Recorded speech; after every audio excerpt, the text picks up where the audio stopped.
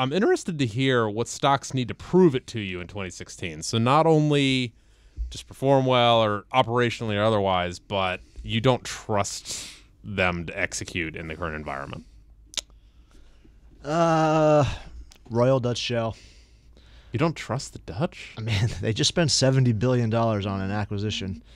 I don't think it's going to pan out. That you apparently didn't agree with.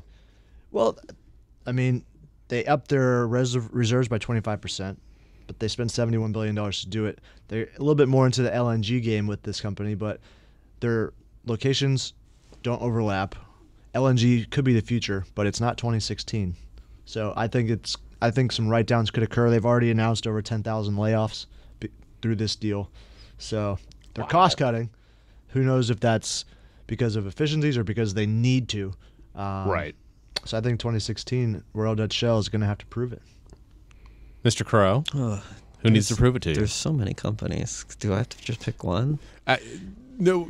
So right. if I read you right, what you're saying is the whole Ready? sector just needs to prove it to me. No, not the whole sector. I think there are some good apples in there, but independent oil and gas producers in the United States. That was my second runner-up. My first runner-up. Prove it. There's a couple good ones in that have shown that they can be profitable, that they can be well managed, keep themselves from getting in too much debt trouble. I think EOG Resources is a good example of it. For all these other guys who lived under the world of cheap financing, expensive oil, basically the perfect conditions to produce oil and give yourself a springboard to become responsible managers.